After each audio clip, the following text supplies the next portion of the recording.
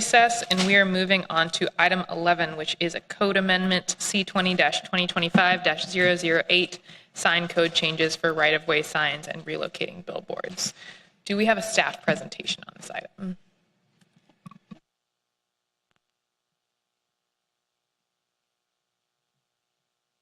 Patricia Link with the Law Department. We don't have a presentation, but I can break down the code changes into two components. One is to allow for off-premise advertising on right-of-way installations. And so that's going to be a bus stop. It's going to be some wayfinding kiosks that the city manager and council are interested in. It's also going to be bus stops where those signs can be. So bus stops, bike kiosks, and wayfinding kiosks. And so this code amendment, one part of it will say that we can have electronic images, that we can have lighting. The screen size is about 86 inches measured diagonally. The way we have it set up in the draft ordinance is the Director of Transportation and Public Works will determine speed of images, lights, those kinds of issues in the rules process. And part of that is kind of so that staff can ensure that the images, the lighting, all of those things happen in context of where the sign is located. So for example, the kiosks will probably be likely downtown. And so that may be a different consideration than a bus stop that is closer to a residential area. So the way that the ordinance is drafted, they will have the opportunity, the department will, to kind of help make some of those assessments and ensure that we are protecting our government interest of traffic safety and aesthetics. The second piece of the code amendment is to address relocation of billboards. So we call them non-conforming signs, but they are typically a billboard that you see. The city of Austin prohibited new billboards off-premise advertising in 1983. We have existing billboards that can be relocated.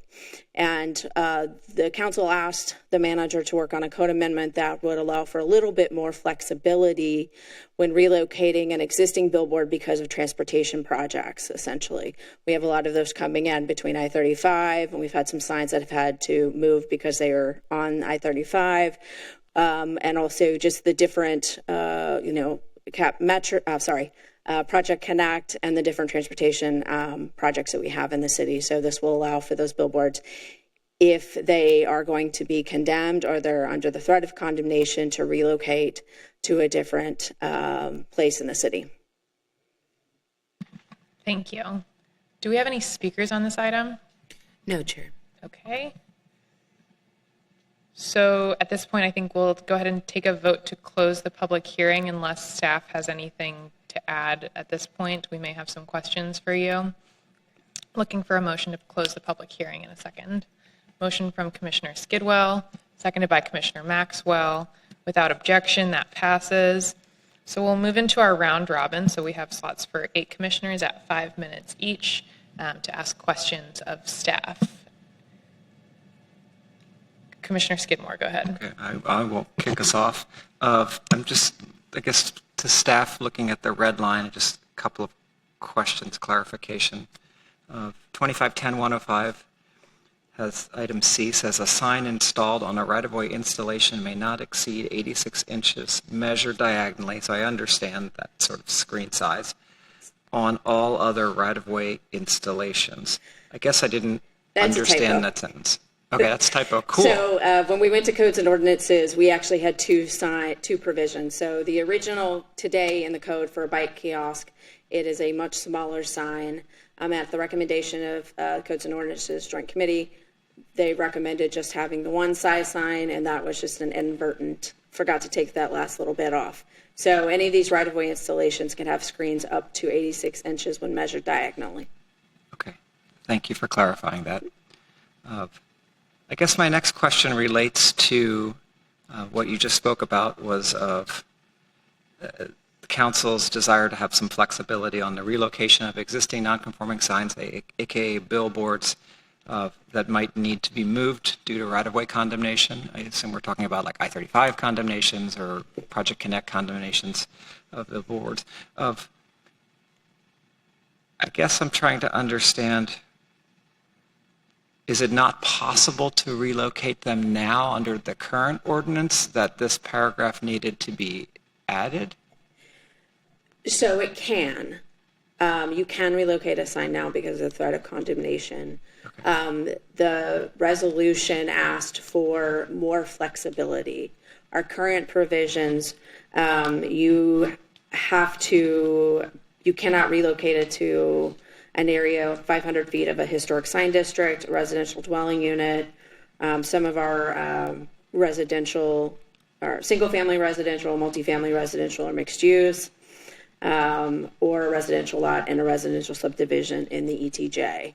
So it is more restrictive where you can relocate a sign to. What we've proposed based on the council's resolution is to limit the relocation or allow for relocation except on a scenic roadway. And if it is going to be, I can't remember the second piece, within a residential base zone. So we went from like 5 criteria for the site down to 2 criteria. Okay.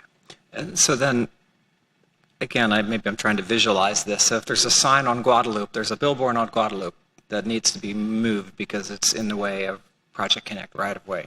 Mm-hmm. Where would we be allowed to relocate that billboard elsewhere on Guadalupe? Potentially. And under the current ordinance, that's not possible? Under the current ordinance, one of the concerns with Guadalupe would be the 500 feet of a residential dwelling unit potentially. Also, the multifamily residential use. And so we have tried to pare that down so it's a little bit, there should be more options to relocate those billboards that have to be relocated because of transportation projects.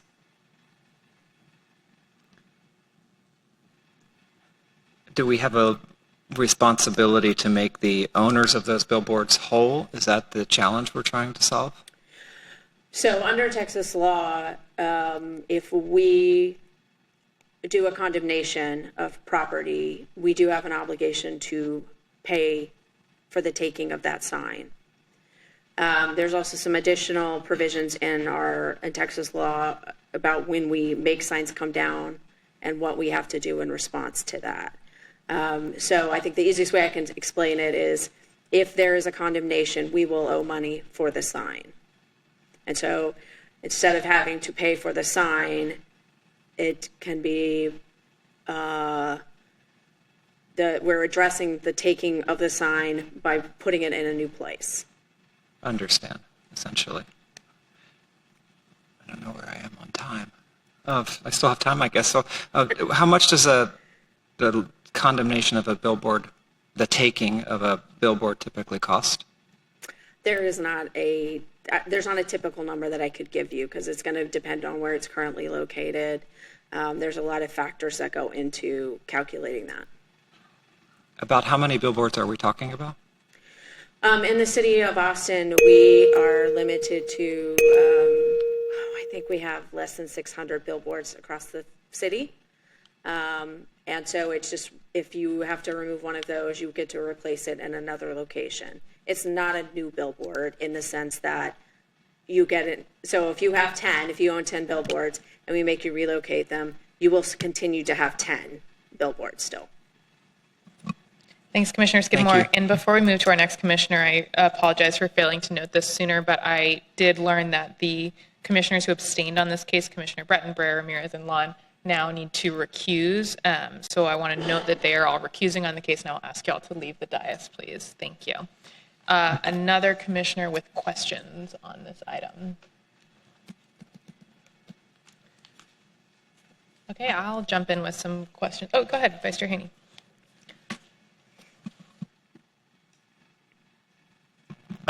Just first, this would not necessarily apply on a state highway, is that correct? Or does this apply? The relocation? Yeah. They could be placed on a state highway, yes, if they are complying with our rules, TxDOT's rules, and any other permits they may need. Got it.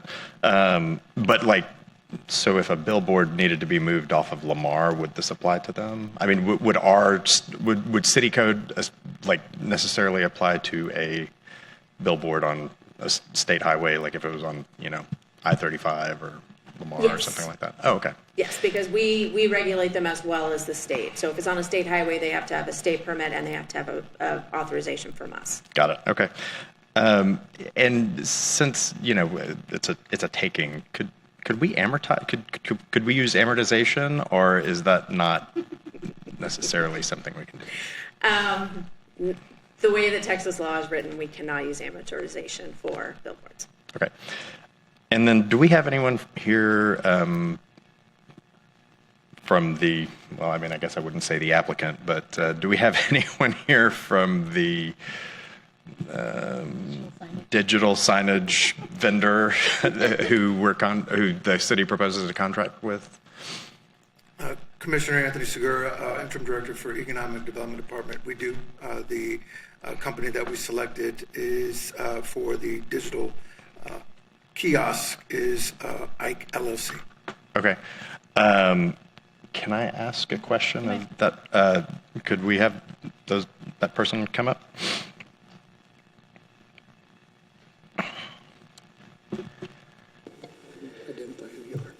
Hello, Commissioners. I'm Jabran Sher Mohammed with Ike Smart City, LLC. A couple of questions for you. Number one, I'm guessing Austin is not the first city that y'all have done this in. That's right. We're live in Houston, San Antonio, Arlington, Texas, and also we'll be live in Dallas very soon. We're also live in Berkeley, California, San Diego, Phoenix, Atlanta, Miami, over 25 cities across the country. Okay. And there's a revenue share element of this proposal, correct? Yes, sir. And do we have an estimate of how much revenue the city would get over the contract term? Yes, over the term, the city's estimated to receive $126 million. The annual revenue share to the city will be over $6.3 million at full build-out. And there's also a guaranteed portion of that. So in the event that the revenue generation is not at forecast, the city is still guaranteed at least $2 million annually. Okay.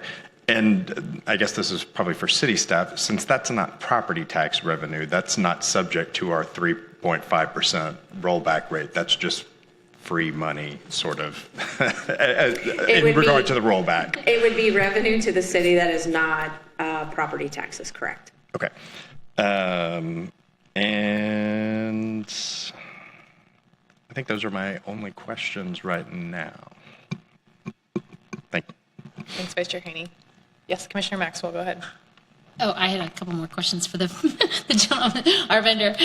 Just to follow up, since I think there's been some questions about what these look like, and Austin has obviously had a proud tradition of maybe being very thoughtful about how we do digital signage. Can you maybe explain how these work in terms of wayfinding and the types of ads we might see on them? Yes, Commissioner. Imagine an 8-foot tall iPad. You walk up to the screen, you tap the screen, it unlocks, and it opens a series of applications that help you figure out where to eat and drink, where to shop, where to play, where to stay, generally how to navigate the city. One element that's critical is that nobody is able to pay for search engine optimization on the directory services. So let's say you select eat and drink, you filter for coffee shop. Starbucks will not be the top listing, even though that's often the top listing on your cell phone. And that's because Starbucks can pay for search engine optimization on the various apps and search engines on your cell phone, but cannot on the kiosk by contract. And so as a result, we're prioritizing those businesses that are in closest proximity to every kiosk. And every business is listed by virtue of existing. So no business pays for placement on the screen. And so people are guided to those businesses around each kiosk. The only time there is paid advertisement is when the kiosk is showing a screensaver, when it is not being used. During that time, there's a screensaver slideshow, and in that slideshow, a number of those ads are sold by our company. The revenue, that's how we generate the revenue. And then the remainder of those slides are used for art content and other public information and emergency content as well, if that ever comes through. So, Commissioner, I may add real quick. And so unpaid advertising is provided to public service announcements to the city of Austin. So it provides this opportunity to share information about the city. If we want to do spotlights on council member districts or whatsoever, it gives us the opportunity to really share city government business as well at no charge to the city of Austin. I might add, as he was mentioning, this really is an opportunity for us to showcase local talent, local events, any type of music, entertainment, and really provide people that are in Austin an opportunity of what to do if they're in downtown area. What's there to do tonight? They can look at this kiosk and show you. Those that are out of town, guests looking to do something as well, provides that same opportunity. And interestingly enough, when I've talked to council members about this, they said, hey, it would be great if you could put one of these kiosks over there on MLK. Can you imagine right after a football game, somebody coming out going, oh man, I'm out of town and I don't know where I'm going, and using one of these kiosks to find out where to go. That's actually great. A follow-up question related to this. You mentioned there was an RFP process. As you've done these, or we've seen these done in other cities, there has been a process to sort of select a vendor, and that's actually happened here in Austin. That's correct? That's correct. We had solicited during the summertime, and there was 3 submittals received, and we selected Ike. And my understanding is that this also comes with a lot of support from, say, downtown. Other cities already have this, so that there's parts of the community that are really excited about adding this as a feature in certain parts of the city. Is that? Absolutely. My engagement has already been with the Downtown Austin Alliance, for example, the DECA Chambers, and one of the comments that the DAA has said, it's about time we're getting these. We had these in Louisiana, and everybody was wondering when we were going to get these things here. So absolutely got a lot of hoopla on these coming and the information opportunities that are going to be available to these. And so, yes, we have a lot of support from these businesses already. Great, thank you. And then I did have a question for Ms. Link, because I know this came up with CJOC regarding the difference between the signage for the bike shares and Cap Metro's situation regarding these digital signages versus sort of the general use that we were just talking about in the RFP. And I guess my specific question is, how does the current version of this address all of that? So the current version will allow any one of those signs, the Cap Metro sign, a sign on a Cap Metro bus stop, on a bike kiosk, or on these wayfinding kiosks to be up to 86 inches when measured diagonally. So in theory, then Cap Metro could actually do an RFP, for example, of their own, and have a similar type of revenue share that would go directly to, say, bus stop maintenance and then bike shares, et cetera, that they would do that as the Cap Metro Transit Agency, correct? They would be allowed to add it to their bus stops, correct? Okay, great. And just one final question, because I know this has come up. There is going to be some rulemaking regarding sort of not having bright lights when it might shine in somebody's face, or that these being placed in a place where we maybe have a bike path. So there's going to be some additional rulemaking to make sure that these are sort of fitting in the landscape of the city. Correct. I think those are all my questions. Thanks, Commissioner Maxwell. Yes, Commissioner Ahmed, go ahead. Right on time. I've got a few questions here. So for the Ike representative here, how do you determine exactly which businesses show up there, and how do you keep it up to date? Say a new business opens up, next week or something. How do you ensure that's included? And then related to that, how is this different or more valuable than an out-of-towner simply just searching for restaurants on Google Maps or Apple Maps? I'm glad you asked. We actually tap into and often train local businesses where we do business to keep Google Places, which is a database, not Google Search, right? Google Places is pulling from state business registrations and keep that database up to date. So the short answer to your question is, by virtue of existing, the business is featured on our kiosk. Now, we also work with groups like DAA across the country to make sure that the local businesses are aware of how to manage their listings, are feeding us new photographs. We're helping them revise their listing, putting in time, places, and even coupons onto the screen. So that way it can be a really great, useful tool for local businesses. Now, the way it differs from your phone is that the phone, and you've probably seen this, is full of these parochial interests. For instance, Yelp, Google, or whatever search engine that you use to identify restaurants. They're paid. And so the listings that you're seeing on all of these various other applications are paid listings. However, with the kiosks, we are prohibited from showing any sort of paid listing. So there's no, in effect, curatorial element from Ike that allows us to participate in the business that these local businesses are trying to generate for themselves. And so we're completely agnostic to the businesses that are featured on the kiosk, and that results in small businesses being able to be on parity with the big national brands that often take over their business. Commissioner, I might add real quick, we're offering discounts at half the price to our local businesses in comparison to the national brands to provide them better opportunities to be able to showcase their businesses there. So we've thought about this opportunity to ensure that there's fairness. So sorry, discounts to the businesses to show up there? No, it's what Anthony meant was that on the passive mode slideshow, as I was describing earlier, there are two modes of operation. One is in locked screen mode, essentially. And in the locked screen mode, there are slides of ads. And those ads, we've committed to providing a 50% discount to local businesses in the event they want to buy for those as well. And then if there are discounts that they are offering to customers through your app, they're not paying you anything to feature those discounts? Correct. We take no fee. Okay. And then I had a question about the billboards as well. So, I'm sure there was some reason for the restrictions before on relocating billboards that we're looking to pare down right now. Is there any reason for paring those down other than simply the financial reason of hoping that more of these billboard owners end up, relocating as opposed to having the city pay them for the condemnation? Could you rephrase your question? I'm not sure I caught it. Sure. Sorry. I'm just trying to understand.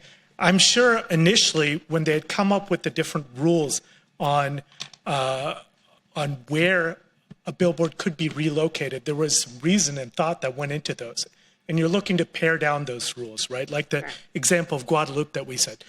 I just want to understand, why are you looking to pare that down? Is it because the circumstances changed in terms of where billboards are appropriate and where they aren't?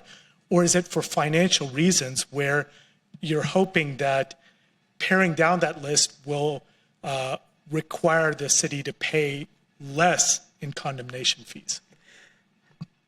I think the way that council is looking at it is we have a significant uptick in transportation projects that we have not had.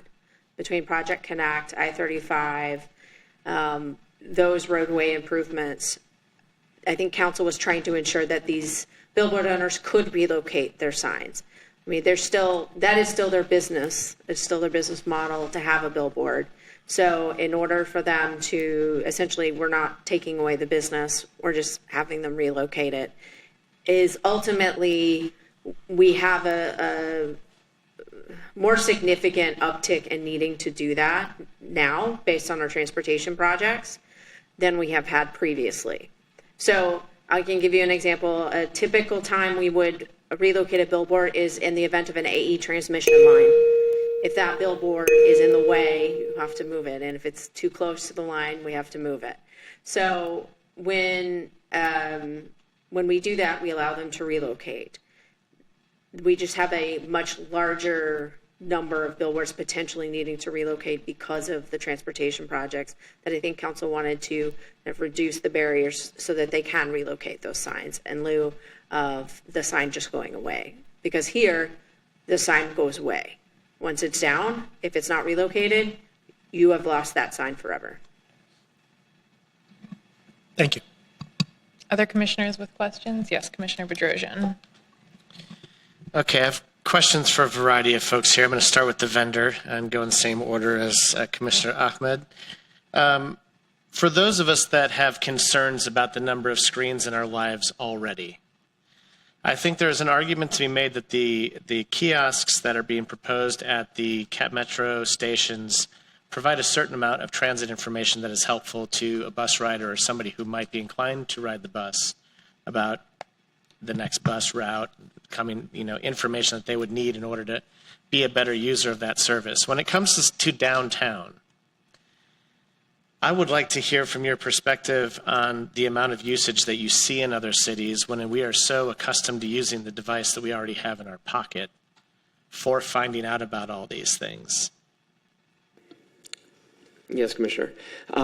We actually have really great data on usage. One thing to clarify, an element of the interactive kiosk that's different than a conventional bus shelter, even a conventional bus shelter with a ticker telling you arrival and departure time, is that our technology actually gives you a multimodal trip plan to get from point A to point B. So you identify the business you want to go to, and it's going to help you understand there's a bus to this destination. There's a bike share docking station with available bikes.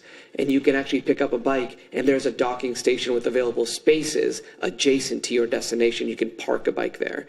And then you can scan a QR code and send that trip plan to your phone and take it with you.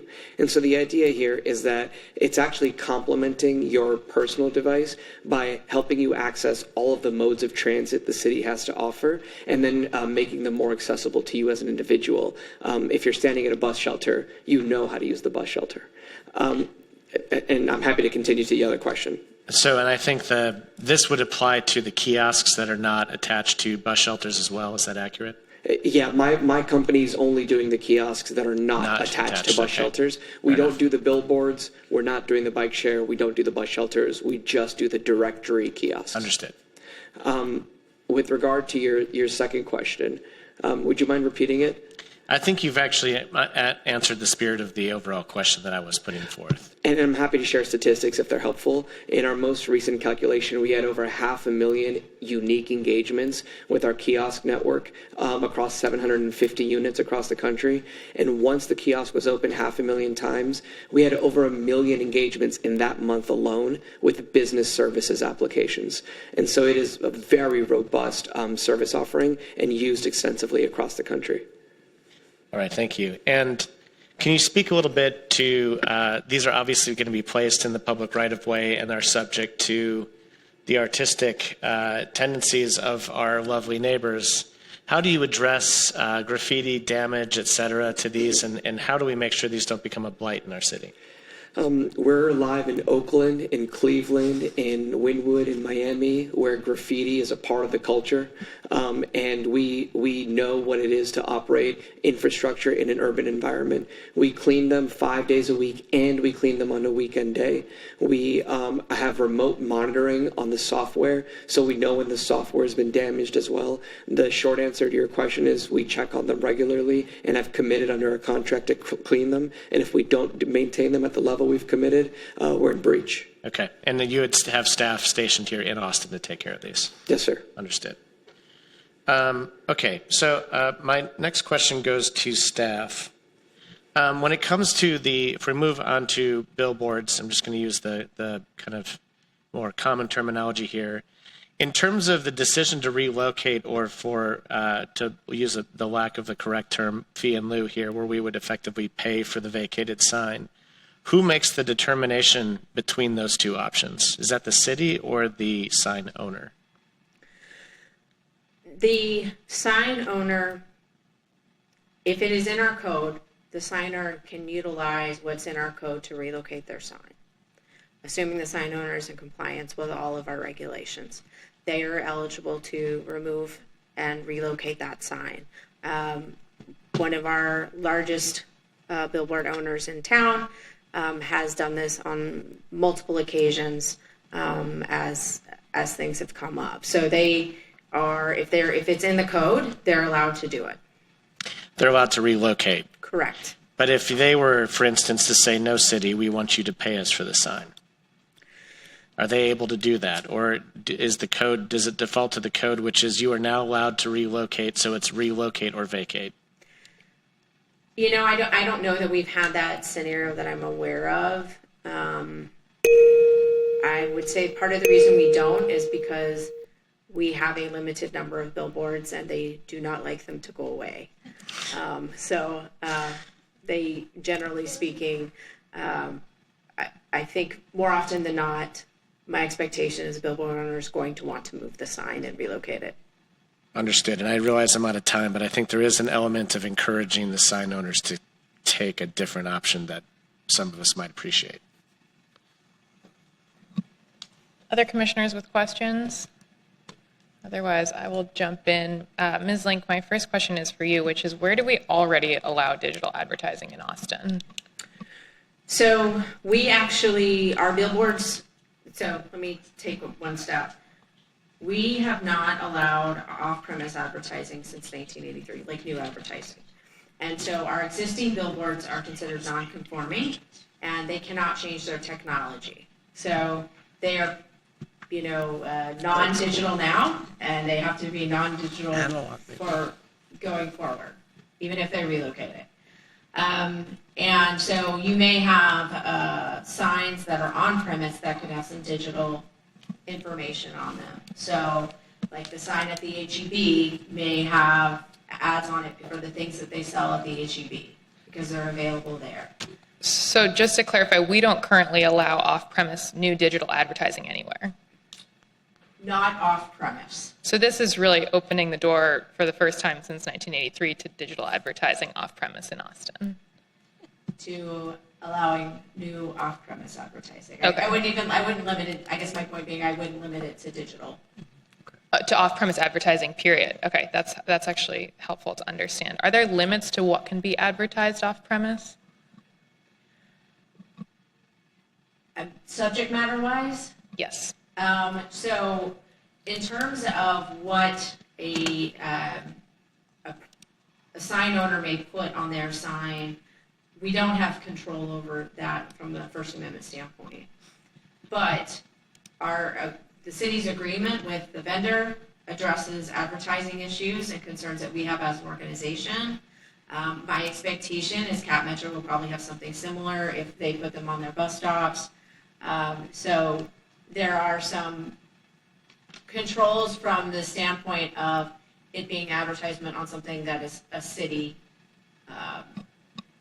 infrastructure, or if it was the Cap Metro infrastructure. So for off-premise signs that are not regulated by this specific vendor, there are no controls in terms of content on those advertisements? So on your typical billboard, no. From a First Amendment standpoint, they are off-premise advertising. If we get into content, we have some issues there. And so maybe, Mr. Sherman-Hanley, you can share what the regulations are on what can be advertised on the kiosks that your vendor is proposing? Sure. By contract, where the contract we executed with the city, we're prohibited from showing anything lewd, anything obscene, anything bigoted, anything violent, cannabis, and then alcohol within 500 feet of a school, church, or park, or library. Firearms, sports betting, cosmetic surgery, like predatory financial products, political ads, all fair game? No, political ad is prohibited. Firearms would be prohibited under the violence prohibition. Okay. And then what's the nature of the contract with the city of Austin for these kiosks? How long does that contract last? 5 years, and then subject to renewals based on performance criteria, including maintenance and financial performance. Okay, and so if the city and residents decide within that 5-year period that they don't like having this digital advertising in our downtown public spaces, do they have any recourse to get out of that contract? The city has recourse if we've breached our contract, but the contract's already been executed. The contract's already been executed? Yes, ma'am. Okay, and then I think we talked a little bit about cleaning. Whose responsibility is it to repair the kiosks if they're damaged? Ours. Okay, and is there a time limit on that? Yes. Included in the contract? Yes. Okay. I think that's all my questions. Any other commissioners with questions? Yes, Chair Cohen. Well, I A have, couple questions for legal. We'll start with, is there a sign review board in Austin? Is there what? Sign review board. Yes, And who would that be? Board of Adjustment. Hi, thanks. So let's talk about COA versus Reagan National. You familiar with that, I'm assuming? Yes. When was that decided? It was, the opinion came down from the Supreme Court during COVID, and then the Fifth Circuit upheld our regulations shortly thereafter. And when was that? In 23, 24 timeframe. Okay, so recently, so obviously we kind of care about what we put on our roadways, right? When asked earlier, you were asked right now under the current regulations whether or not a billboard owner could relocate a billboard legally. Your answer was yes, but pragmatically speaking, how difficult is that?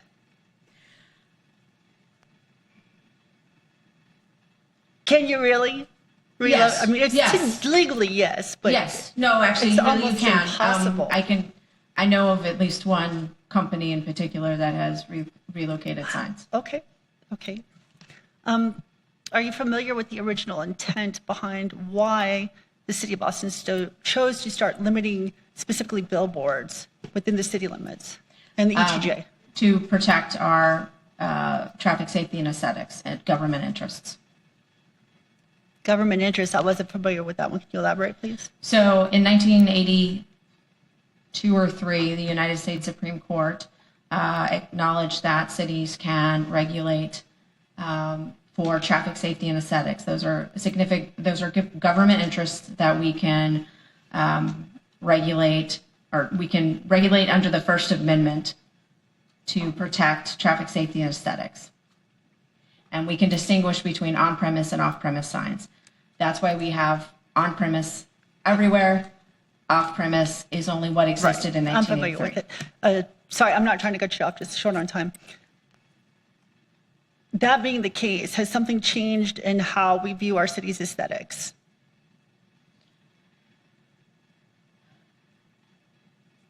As to the kiosk piece or as Billboards. to the relocation of the billboards? Billboards. No, our interests are still the same.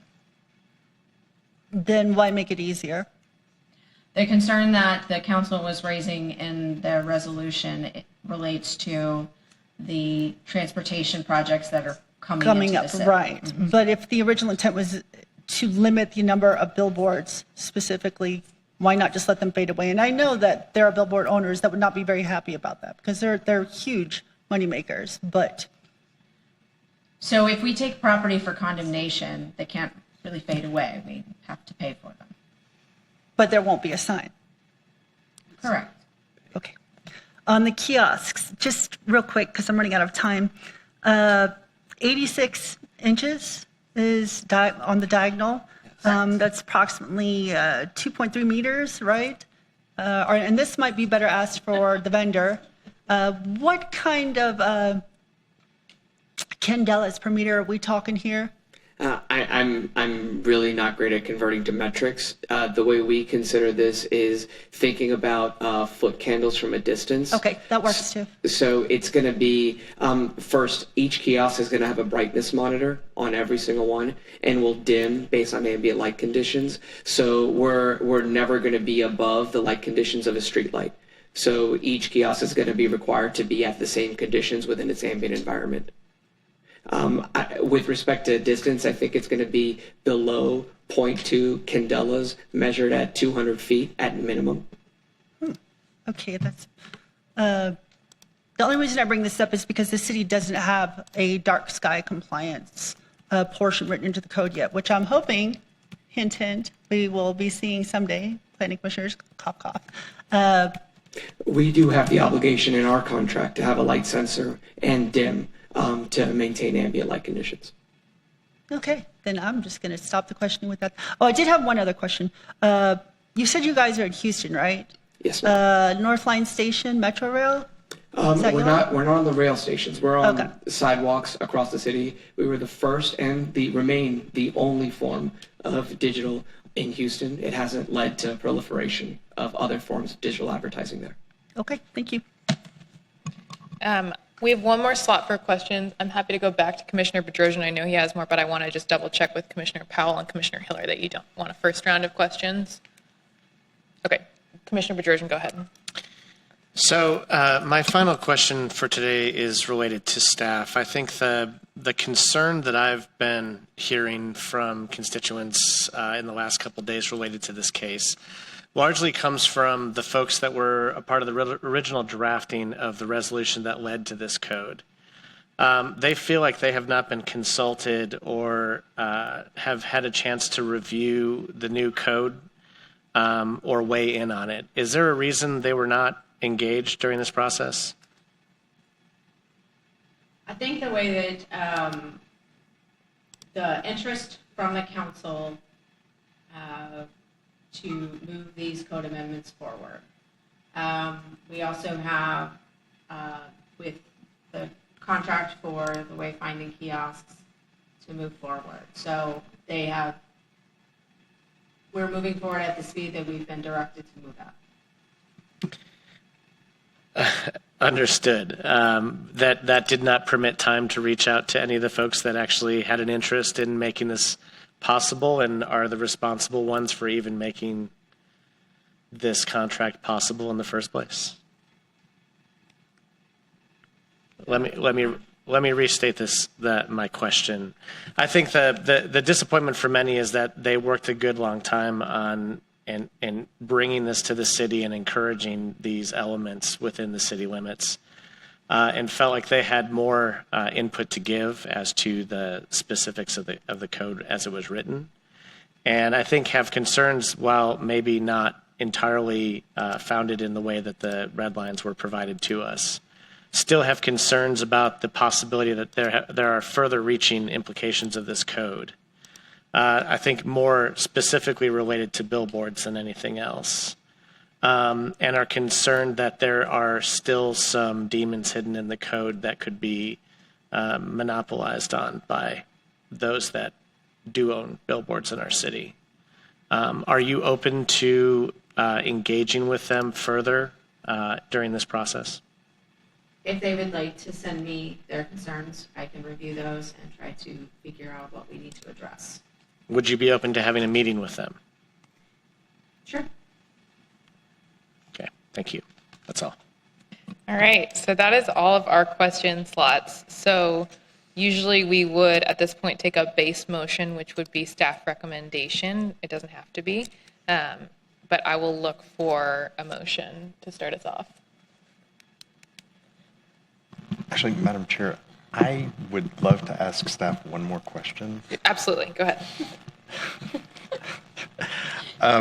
So I know that there is a common theme in this code amendment, and that is sign, but these are two very different types of signs and two very different items. I did hear that we have already signed a contract. I don't think I realized that when we were coming into the meeting, so there must be some exposure to the city if we don't move forward with the contract. But I'm wondering if it would be possible from a legal perspective if we were to sever these two different sections of the code amendment and vote on one and not the other, or something along those lines. To your first part about exposure, the contract with the vendor does acknowledge that council would need to change the code. So that has been, we've been very upfront with anyone who submitted a response to the RFP that they would know that code doesn't currently allow for this, and this would need to change. Okay. So there's that. One option the board can consider is to take action on the right-of-way installation piece, separate from the billboard relocation, and you could either do both or one, or make recommendations on both, make recommendations on one, however you choose, but you can essentially split the question on them. Thank you. Thanks, Vice Chair Haney and Ms. Link. That's very helpful. So I would recommend that we take these up as two separate motions, billboard relocation being the first, and then off-premise advertising as the second. So let's... Chair, would you like me to make a motion along those lines? Please. Chair, I'd like to suggest that we recommend that as a planning commission, we split the question and divide these into two different issues, one related to the billboard changes in our code and one related to the digital signage and right-of-way. I guess I'll just send this to staff and Ms. Link. Do we need to make a motion to split them, or can we just take up two separate motions? You can take up two separate. If everyone's in agreement, then you can consider it unanimous. Any objection to splitting them? Great. Okay. Would you like to give us a base motion for the billboard relocation? Yes, I'd like to make move staff recommendation on the digital billboard and right-of-way item. Can you clarify? Oh, sorry, right-of-way installations. right-of-way installations.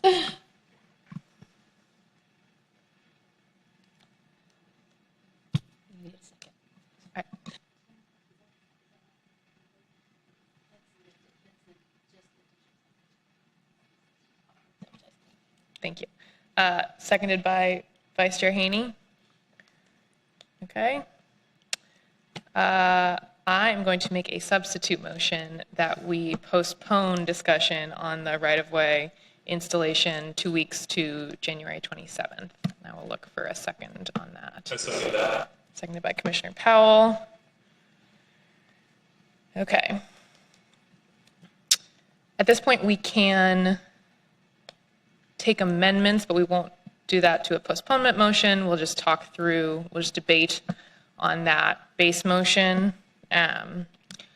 I will go ahead and speak for my postponement motion. I am absolutely interested in wayfinding opportunities for our transit system, and this vendor seems very reputable, but I'm extremely concerned that the off-premise advertising portion of this code change does really open the door to digital advertising in our public spaces in a way that it feels like we may never be able to come back from.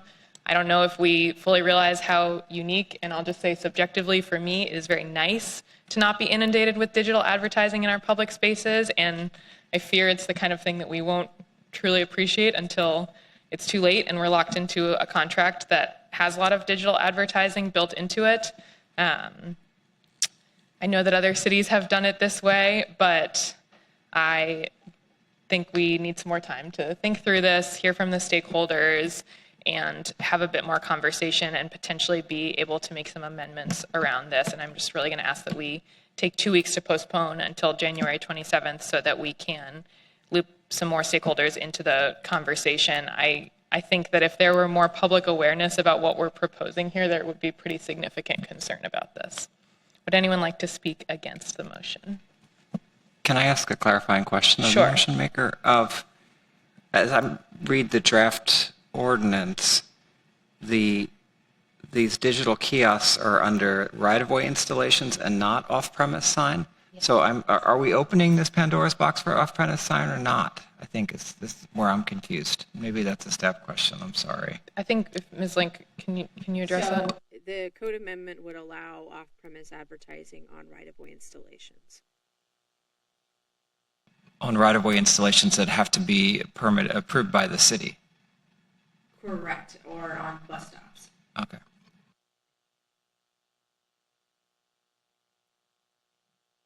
Clarify, she's not going to speak in favor. You're not speaking against. That was just a clarifying question. Yeah, I'm stumped at the moment. I'll be silent. Anyone speaking against postponement? Yeah, Commissioner Maxwell. I think I'm encouraged to move this forward. I think we've heard a lot of great questions asked tonight and a lot of great answers. I feel like there was a very robust RFP process that this has gone through. There's been significant community support and engagement, which we already discussed earlier. And I think that there is obviously always a concern that we potentially open Pandora's box, but I think in this case has been really carefully reviewed both here and at the Codes and Joint Ordinances Committee as to what the implications of this will be. And it is specifically designed to encourage digital wayfinding and support our transit agency, which I think is really a great plus of this. So I am not feeling that a postponement is necessary or would necessarily add anything to this particular change. Anyone else speaking for the postponement? Commissioner Hiller? I'm not entirely sure why this falls under the purview of the Planning Commission, but as it does, and it's on the agenda, if we're being asked to evaluate on the merits, I'd like to see some of the math. It seems to be an area of of oversight.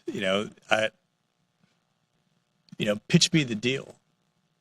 And anyway, I just don't think that waiting 2 weeks and getting a little bit more information in the interim about, hey, this makes economic sense and helps us substantiate the cost benefit of it is too much to ask. So, Anyone speaking against the postponement? Vice Chair Haney. I would just like to echo that, I do believe we have had a robust RFP process. I really do appreciate our city staff for going through that process. And of course, I am one of the few commissioners who's also on COJC, so I was part of the last public input that we had on this particular proposal and enjoyed hearing from the public. And I know that we incorporated some of those recommendations into this proposal as we moved forward. So, I mean, there has been public engagement, and I know this was a unanimous motion from council to move forward with this as well. So I know that they were also receiving some public comment at that time as well. So I do believe there has been quite a lot of review of this as well from the business side. And I know that, each fortnight we move along, that's another $100,000 in lost revenue that our city desperately needs. Anyone else speaking for the postponement? We have one more slot. Yes, Commissioner Powell. Yeah, I definitely want to echo what a couple commissioners have mentioned of the competitive RFP process, the rigorous nature of what's happened so far. But I also really think public appearance and community trust on this matters a lot at every single step.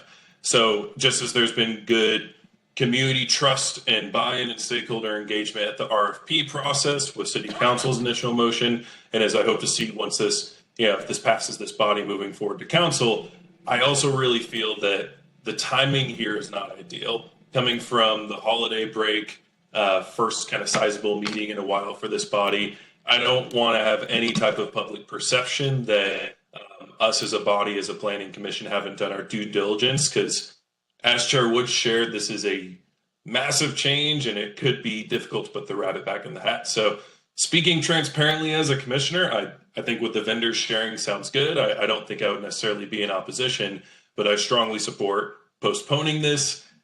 Worst case scenario, let's just take a couple more weeks and get some questions asked for what is a pretty notable change. And most importantly, make sure the community feels they have skin in the game on this step in the process. Anyone speaking against the postponement? Okay, let's go ahead and take a vote. Those in favor of postponement until January 27th.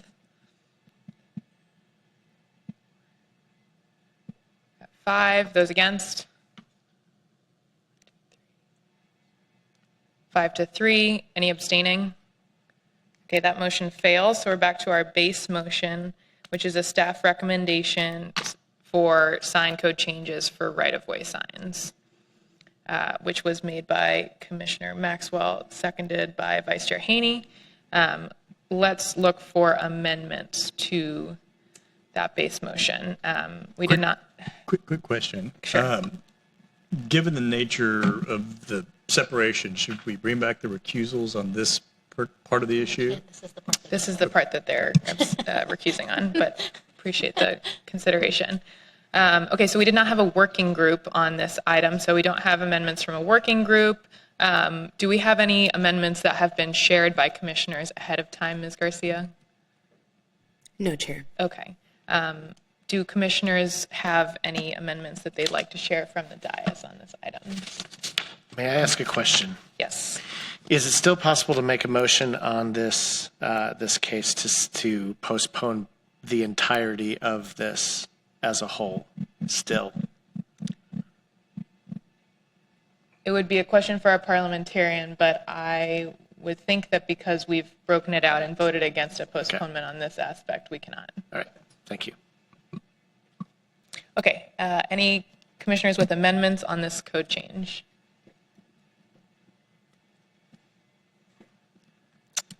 Okay. Let's move into debate. Commissioner Maxwell, would you like to speak to your motion?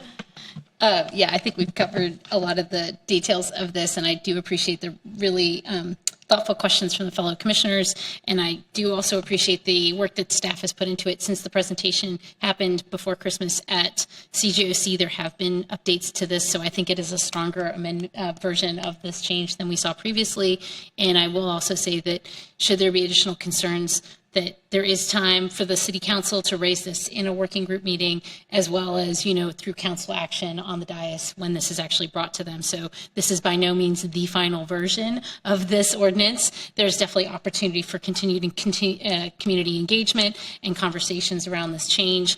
I feel that we have had a robust discussion around these specific changes tonight and heard some great information that really clarified some of the questions.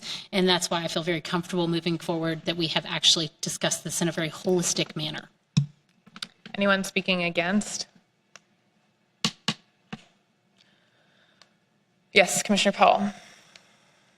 Yeah, I will be voting against this, but I want to be very clear. Again, it's not necessarily on the concept, just more so the timing. Not to rehash the substitute motion, would prefer a postponement, still have some questions. So that's informing me being against the specific motion. Anyone else speaking for base motion?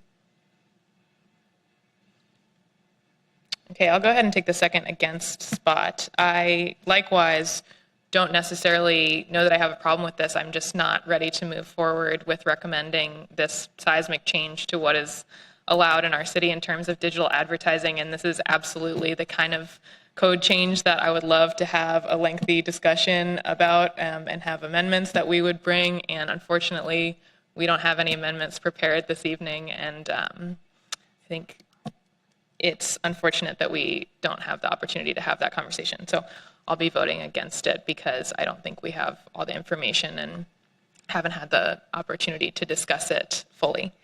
Anyone else speaking for the base motion? Others against? Okay, let's go ahead and take a vote. So this is for staff recommendation on sign code changes for right-of-way signs, removing relocating billboards from the conversation. This is a motion by Commissioner Maxwell, seconded by Vice Chair Haney. Those in favor?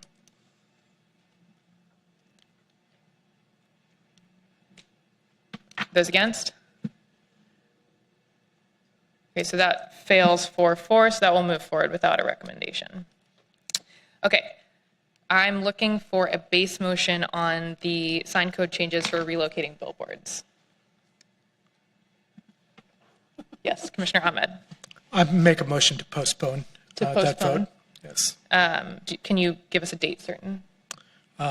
2 weeks, the next Okay. council meeting. So we have a motion to postpone to January 27th the sign code changes for relocating billboards by Commissioner Ahmed. I'll second. Let's move into debate. Commissioner Ahmed, would you like to speak to your postponement motion? Sure. I thought on the digital signage piece, we had a lot of discussion on that, and I felt like a lot of my questions were answered there. On the piece of the billboards, my understanding is some of the feedback we got from the community was targeting the billboards also, and so there may be some more pushback from community members on that.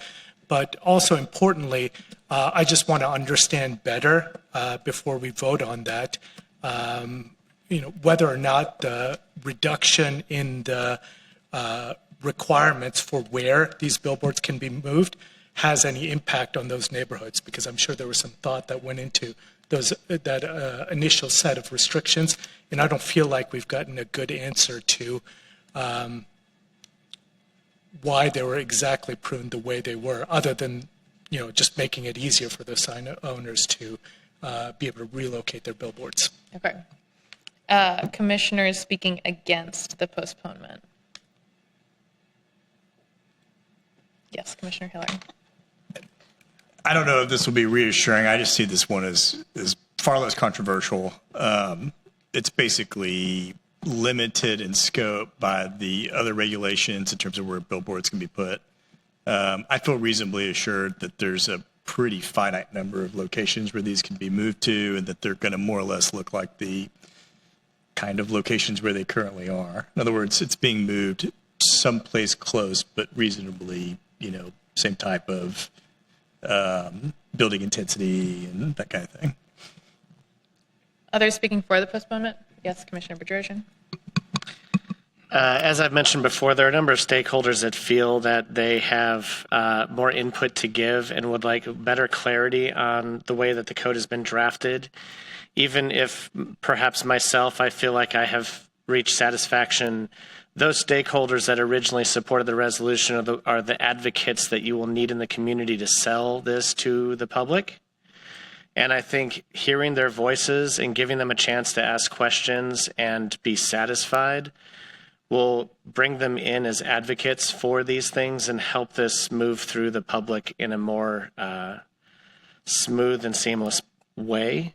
And I think it is due to their efforts thus far that we're where we are right now with both of these